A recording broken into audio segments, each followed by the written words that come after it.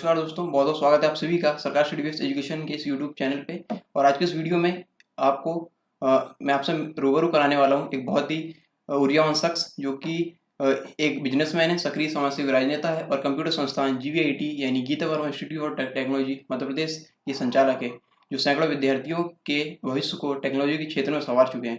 जी हाँ, आपने सही पहचाना, मैं बात कर रहा हूँ श्री अभिषेक वर्मा सर की। सर बहुत बहुत स्वागत है आपका। Thank you. सर आपको मतलब आपसे जब भी मिलते हैं आप एक ऊर्जा का प्रभाव होता है। आप जब सुबह से लेकर शाम तक आप में एक समान ऊर्जा दिखाई देती है। जब आप सुबह जितनी ऊर्जा से मिलते हो शाम को ही उतनी ऊर्जा से मिलते हैं। सर इसका राज हम जानना चाहेंगे। सबसे पहले तो सरकार स्टडी वेब्स का बहुत बहुत धन्यवाद जी इस इंटरव्यू के लिए। बिल्कुल। और रही बात ऊर्जा की, तो ऊर्जा बनाए रखना अपने हाथों में होता है। जी ठीक है, हम किसी भी काम को जब शुरुआत करते हैं तो जी जैसे एक पता है कि एक हमारा एक मोबाइल फ़ोन है। जी मोबाइल फ़ोन जब काम करेगा जब आप उसको चार्ज रखोगे। जी सही बात। ठीक है, जब तक आपका मोबाइल फ़ोन चार्ज नहीं रहेगा जी तब तक वो प्रॉपर काम नहीं करेगा। जी धीरे धीरे हम देखते हैं कि यदि मोबाइल फ़ोन की बैटरी शाम को जब डाउन हो जाती जी है तो हमारा मोबाइल फ़ोन काम करना जी बंद कर देता है। सही तो बात। इसी तरीके से हर दिन हमारी जो हर दिन जो होता है वो एक नई शुरुआत होती है। जी तो नई शुरुआत जैसे कि मैंने बताया कि सबसे पहले ईश्वर की आराधना से हम नए दिन की शुरुआत करते जी हैं। और मुझे ऐसा लगता है कि जो ईश्वर की आराधना से हम नए दिन की शुरुआत करते हैं उसी से हम सारे दिन चार्ज रहते हैं। और यही एक कारण है। जी थैंक यू। एक्चुअली आपको इनवाइट करने का एक बहुत बड़ा कारण ये है कि आप टेक्नोलॉजी से जुड़े हुए व्यक्ति हैं। वर्तमान समय में टेक्नोलॉजी का इतना ज़्यादा इस्तेमाल हो रहा है और फिलहाल की बात करें तो हम कोविड-19 महामारी के दौर में इसका व्यापक उपयोग देखने को हमें मिल रहा है। जिसकी डिमांड सबसे ज़्यादा है, चाहे हम ऑनलाइन क्लासेस की बात करें, वीडियो कॉन्फ्रेंसिंग की बात करें या पब्लिक मीटिंग की बात करें या ऑफिस वर्क हो, सभी जगह टेक्नोलॉजी का बहुत हावी उपयोग हमें देखने को मिल रहा है। तो मैं आपसे जानना चाहूँगा कि आपने टेक्नोलॉजी के क्षेत्र में कदम कब रखा और कंप्यूटर कॉलेज खोलने का आइडिया आपके दिमाग में कैसे आया? मतलब एक ब्रीफ जो जर्नी है वो आप बताइए। देखिए, टेक्नोलॉजी की डेफिनेशन की यदि हम बात करें, टेक्नोलॉजी के हम अभी कई रिसोर्सेस यूज़ कर रहे हैं, कई साधन यूज़ कर रहे हैं। जी आज के समय में हम जो सबसे बड़ा सशक्त माध्यम जो इंटरनेट का प्रयोग कर रहे हैं, जी इंटरनेट आज टेक्नोलॉजी का सबसे बड़ा उदाहरण है जिसका विश्व स्तर पर बड़े स्तर पर प्रयोग हो रहा है। जी आज हम मोबाइल फ़ोन का यूज़ कर रहे हैं, इंटरनेट का प्रयोग कर रहे हैं, कंप्यूटर का यूज़ कर रहे हैं, लैपटॉप का यूज़ कर रहे सही बात हैं, फैक्स का यूज़ कर रहे हैं। सही तो बात। ये सब जो है टेक्नोलॉजी के साधन है। जी जहां तक मेरे इस क्षेत्र में कदम रखने की बात है, तो मुझे याद है कि जब मैं 11th क्लास में था तो जी सबसे पहले उस समय कंप्यूटर का इतना ज़्यादा बहुत ज़्यादा चलन नहीं था। बहुत सर कम लोग मैं कोर्स थोड़ा सा करते थे। हाँ, डिस्टर्ब होना चाहूँ, आप 11th क्लास में सन कौन सा था बताइए आप? ये आई थिंक बात होगी 97 अच्छा समथिंग। 97 यस। तब मैंने सबसे पहले जो एनआईटी का एक फ्रेंचाइजी सेंटर था जी और उसमें मैंने कोर्स किया हुआ था। जी लेकिन हमारे पेरेंट्स भी काफ़ी जागरूक थे। जी उन्होंने बहुत पहले हमें कंप्यूटर लिया लिया था जब छिंदवाड़ा में बहुत अधिक शॉप्स भी कंप्यूटर की नहीं अच्छा होती थी। सही बात। तो तभी से कंप्यूटर हमारे पास था। तो एक रुझान था, चूंकि घर में कंप्यूटर था तो उस और रुझान क्या, मेरे बड़े भाई ऑलरेडी इस फील्ड में थे जी और वो कोर्स कर रहे थे। जी तो घर का जैसा माहौल रहता है, तो चूंकि घर वालों ने उस तरफ हमें एक दिशा दी जी तो हम वहीं आगे बढ़ गए। जी। सर आपने कौन सा कोर्स किया था वैसे NIT? देखिए, एनआईटी उस समय तो मैंने एनआईटी में 11th की बात कर रहा हूँ मैं, जब मैंने बेसिक कोर्स किया था, एमएस ऑफिस का कोर्स किया अच्छा था। हाँ। उस समय एमएस ऑफिस कोर्स की बहुत ज़्यादा फीस लगती थी। यस यस आज के समय में 10,000 11,000 में डिप्लोमा हो जाता था। या उस समय हम 3 मंथ का कोर्स भी 5-6,000 में करते थे। अच्छा उसके बाद एक अकाउंटिंग सॉफ्टवेयर होता था, हाँ EXNGN। अच्छा EXIG हाँ, तो जी वो अकाउंटिंग जैसा टैली होता, उस यस समय का यस एक पर्सनल ऐप होता था EXNGN, वो मैंने किया था। जी उसके बाद मैंने कंप्यूटर हार्डवेयर नेटवर्किंग कोर्स किया हुआ है अच्छा और फिर MSc IT किया हुआ जी है। तो हाँ जनरली यदि टेक्नोलॉजी की बात करें तो मैंने लगभग लगभग सॉफ्टवेयर, हार्डवेयर, जी नेटवर्किंग जी और मोबाइल का भी कोर्स किया हुआ है। जी। फिर ये इंस्टीट्यूट आपने कब खोला, मतलब स्टार्ट कब हुआ ये? ये 2004 में। 2004 97 से आपकी जर्नी स्टार्ट हुई, फिर आप उसमें करते गए, फिर 2004 में खोला। अगला सवाल हमारे व्यूअर्स की तरफ से है कि विद्यार्थियों के लिए क्या क्या कोर्सेज होते हैं कंप्यूटर में अलग अलग योग्यता के अनुसार, 10th base, 12th base, after graduation, जिससे रोजगार प्राप्त किया जा सके या अपना कोई स्टार्टअप खोला जा सके या बिजनेस के क्षेत्र में वो काम आ सके? देखिए, कंप्यूटर की जो फील्ड है जी। वो वर्सेटाइल फील्ड जी। है ना। कंप्यूटर के डिपेंड करता है कि हमारा इंटरेस्ट किस तरफ है। जी। ठीक है, एक बेसिक कंप्यूटर कोर्स की बात करें तो बेसिक कंप्यूटर कोर्स में हमारा एमएस ऑफिस वगैरह जाता है। जी। ठीक है, एमएस ऑफिस में आपका ऑफिस मैनेजमेंट पूरा वर्क हो जाता है, जी। जिसमें वर्ड आ जाता है, एक्सेल आ जाता है, जी। पावर पॉइंट आ जाता है। जी। ठीक है, हमको नॉर्मल हिंदी इंग्लिश टाइपिंग आती है, तो ये बेसिक कोर्स हो गया। जी। लेकिन अब कंप्यूटर की फील्ड में यदि हमको अपना करियर बनाना है, जी। तो वहाँ कंप्यूटर की फील्ड में जब हमको करियर बनाना है तो हमको एक ऐसे कोर्सेज की आवश्यकता पड़ती है जिसमें हम फ्यूचर में जिसका हमको एडवांटेज मिले। जी। तो कई सारे डिप्लोमा और डिग्री कोर्सेज अभी हो रहे हैं। जी। जैसे 1 ईयर डिप्लोमा कोर्स की बात करें तो हमको पता है कि आफ्टर 12th जो है वो डीसी जी। होता है, सही बात। Diploma in computer yes. Application. Yes. After graduation 1 year diploma course PGDC होता है, जी। Post graduate diploma in computer application. जी। यदि बच्चा कंप्यूटर फील्ड में ही अपना एजुकेशन आगे रखना चाह रहा है तो वो 12th के बाद 3 ईयर का डिग्री प्रोग्राम कर सकता है, yes. Bachelor of computer application, मतलब यस। कंप्यूटर एप्लीकेशन में उसका ग्रेजुएशन कंप्लीट हो जाता है। यस सर, वो इक्विवेलेंट होता है जो अपन जैसे बीए बीएससी वगैरह उसके हाँ, इक्विवेलेंट। वो देखिए बैचलर डिग्री है। बीए आर्ट्स वाला बंदा जब ग्रेजुएशन करता है तो जी। वो बैचलर ऑफ आर्ट्स हो जाता जी। है। जी। कॉमर्स वाला बंदा जब ग्रेजुएशन करता है तो बैचलर ऑफ कॉमर्स हो जाता जी। है। उसी तरीके से कंप्यूटर एप्लीकेशन में बैचलर डिग्री क्या है आपका, बीसीए है, जी। Bachelor of computer application. जी। बीसीए को लगभग सभी स्ट्रीम के बच्चे कर सकते हैं। 12th जी। में जिनका आर्ट्स है, कॉमर्स है, साइंस है, सभी बच्चे जी। इसको कर सकते हैं, एग्रीकल्चर वाले भी कर सकते हैं। जी। ठीक है, फिर बीसीए के बाद हमको यदि मास्टर्स की तरफ जाना है जी। तो हम एमएससी सीएस, एमएससी आईटी कर सकते हैं, और मास्टर डिग्री आपकी MCA, master of yes. Computer application. Yes.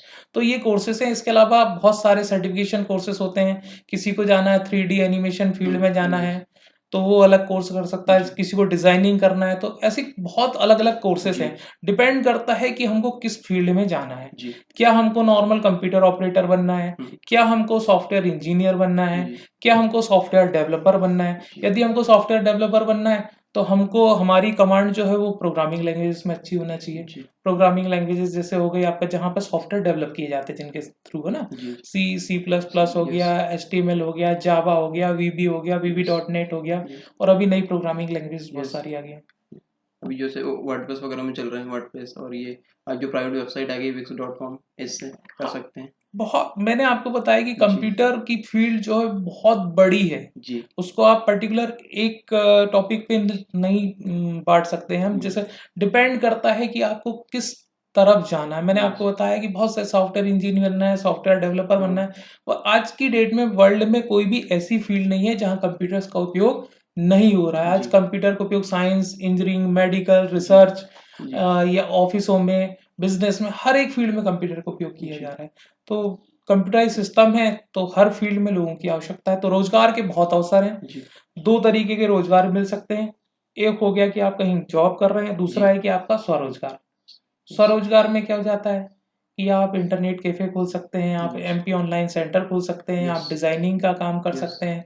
तो इस तरीके से आप रोजगार के जी। दोनों क्षेत्रों में कर जी। सकते हैं। आप स्वरोजगार भी स्थापित कर सकते हैं। यस। किसी कंपनी में सॉफ्टवेयर डेवलपर भी बन सकते हैं, जी। आप सॉफ्टवेयर इंजीनियर भी बन सकते हैं, आप नेटवर्क एडमिनिस्ट्रेटर भी बन सकते हैं, यस। आप कंप्यूटर ऑपरेटर भी बन सकते हैं, जी। आप हैकर भी बन सकते हैं। यस। एथिकल हैकर बोलते हैं जिसको, यस। यस। है ना।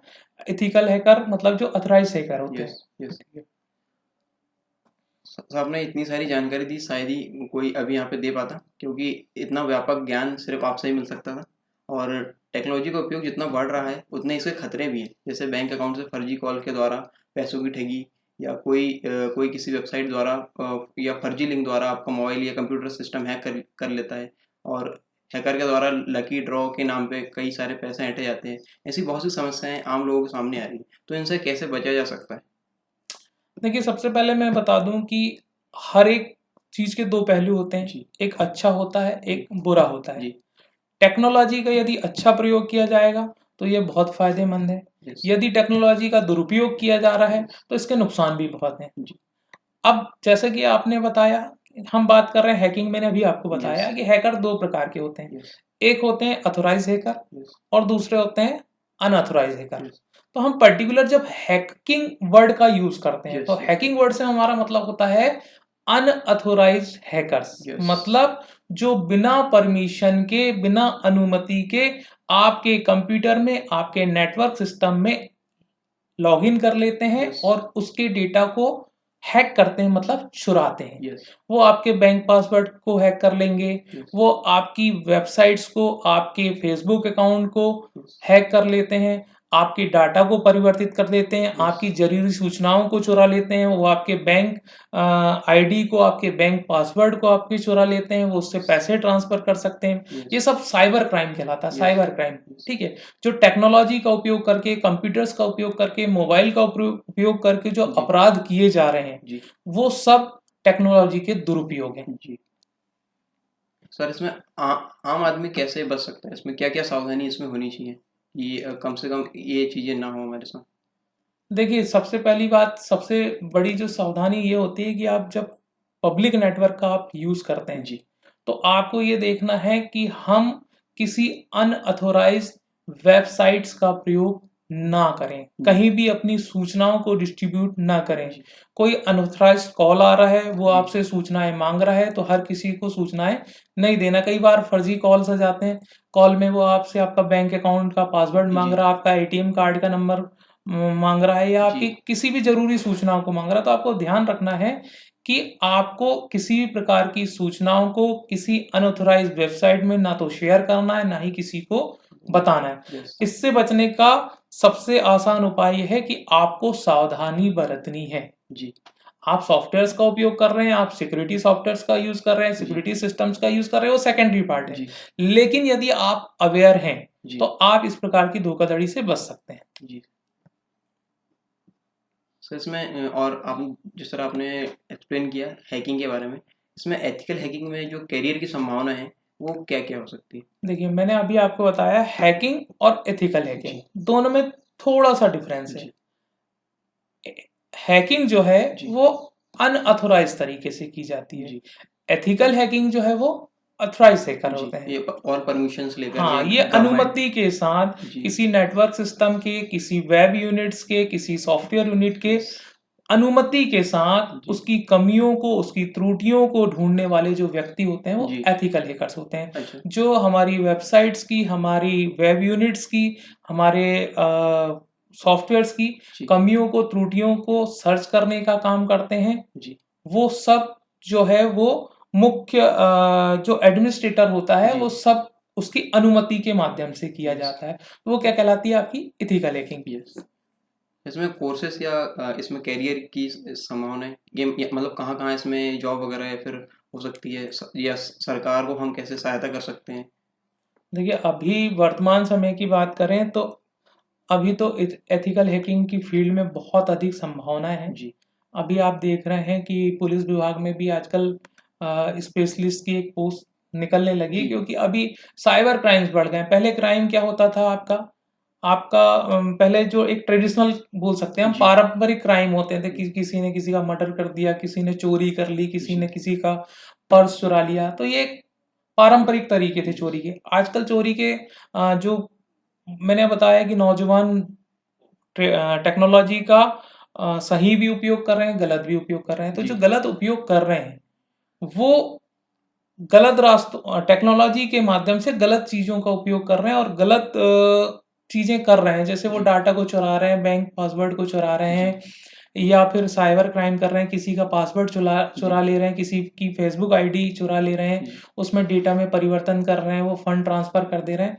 तो इस तरीके से इन सभी चीज़ों के समाधान के लिए जी।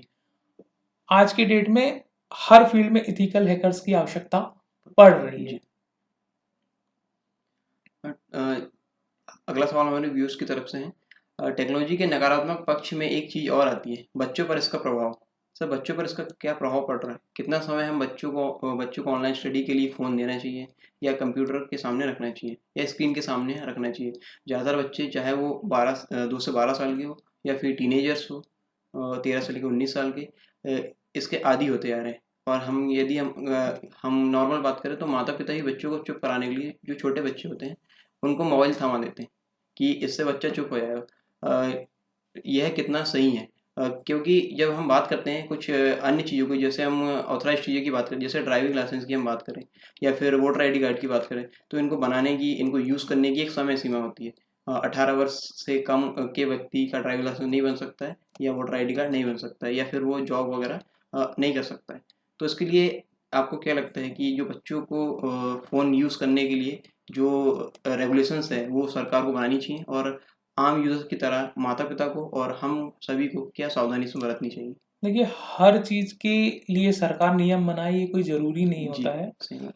हर यहाँ पे पेरेंट्स को अवेयर होने की ज़रूरत है। जी, जैसे मैंने इसको अलग-अलग कैटेगरी में रख जी, सकते हैं हम। जैसे आपने सबसे पहले 2 से 12 साल तक के बच्चों की जी, बात की है, तो मैं ऐसा समझता हूँ 2 से 5 साल तक के बच्चों को बिल्कुल मोबाइल फ़ोन और कंप्यूटर्स का उपयोग नहीं करने देना चाहिए। जी, और रही बात 5 से ज़्यादा साल के बच्चों की, लेकिन चूँकि आजकल ऑनलाइन क्लासेस चल रही हैं, लॉकडाउन का समय है, आजकल नोट्स भी स्कूल जो है ऑनलाइन क्लासेस दे रहे हैं, नोट्स भी पीडीएफ के माध्यम से जी, मोबाइल फ़ोन में पहुँचा रहे हैं। लेकिन यहाँ पेरेंट्स एक बात ध्यान में रखें कि कभी भी किसी भी बच्चे को 35 मिनट्स जी, 35 मिनट से ऊपर जी, लगातार कंप्यूटर का या मोबाइल फ़ोन का उपयोग हुँ, ना करने दें, नहीं तो इसके बच्चे के आँखों में और जी, दिमाग पर बहुत बुरा असर जी, पड़ सकता है। तो जी, यहाँ पेरेंट्स को जागरूक होने की ज़रूरत है। दूसरी जी, चीज़ बात कर रहे हैं हम नकारात्मक प्रभाव की। नकारात्मक प्रभाव की बात ये है कि बच्चा मोबाइल या इंटरनेट का जब वो प्रयोग कर रहा है, तो वो कैसा प्रयोग कर रहा है? जी, वो इसका अच्छा प्रयोग कर रहा है, यदि वो नॉलेज बढ़ाने के लिए उसका प्रयोग कर रहा है, यदि वो अपनी क्रिएटिविटी बढ़ाने के लिए उसका प्रयोग कर रहा है, जी, तो ये बहुत अच्छी बात है। जी, लेकिन हमेशा पेरेंट्स को मॉनिटरिंग करना चाहिए कि उनका बच्चा जो है वो मोबाइल या मोबाइल या कंप्यूटर का जब प्रयोग कर रहा है, तो वो मॉनिटरिंग करें कि वो क्या कोई वो अनऑथराइज्ड साइट तो नहीं ओपन कर रहा है, वो जी, कोई एडल्ट साइट तो ओपन नहीं कर रहा जी, है, वो कुछ ऐसी प्रतिबंधित चीज़ें तो नहीं देख रहा है जो उसे नहीं देखना चाहिए। जी, सबसे ज़्यादा अभी दुष्परिणाम बच्चों के आ रहे हैं कि मोबाइल में पूरे टाइम वो बच्चे गेम खेल रहे हैं। जी, पबजी खेल रहे हैं जी, या फ्री फायर खेल जी, रहे हैं। तो इन गेम ये जो है ये एडिक्शन है, बच्चों को जी, लत लग गई है इन चीज़ों जी, की। अब बच्चा ये हो गया कि हर आधा 1 घंटे के बाद मोबाइल उठा लेगा। तो जी, जब वो बच्चा किसी चीज़ का लत या एडिक्ट हो जाता है, जी, तो स्वाभाविक बात है कि उसका बहुत बुरा असर उसके मन में, उसके मस्तिष्क में पड़ना ही पड़ना है। जी, तो यहाँ पे ज़रूरी है कि हम बच्चे से कैसा उपयोग टेक्नोलॉजी का करा रहे हैं, जी, पॉज़िटिव और नेगेटिव।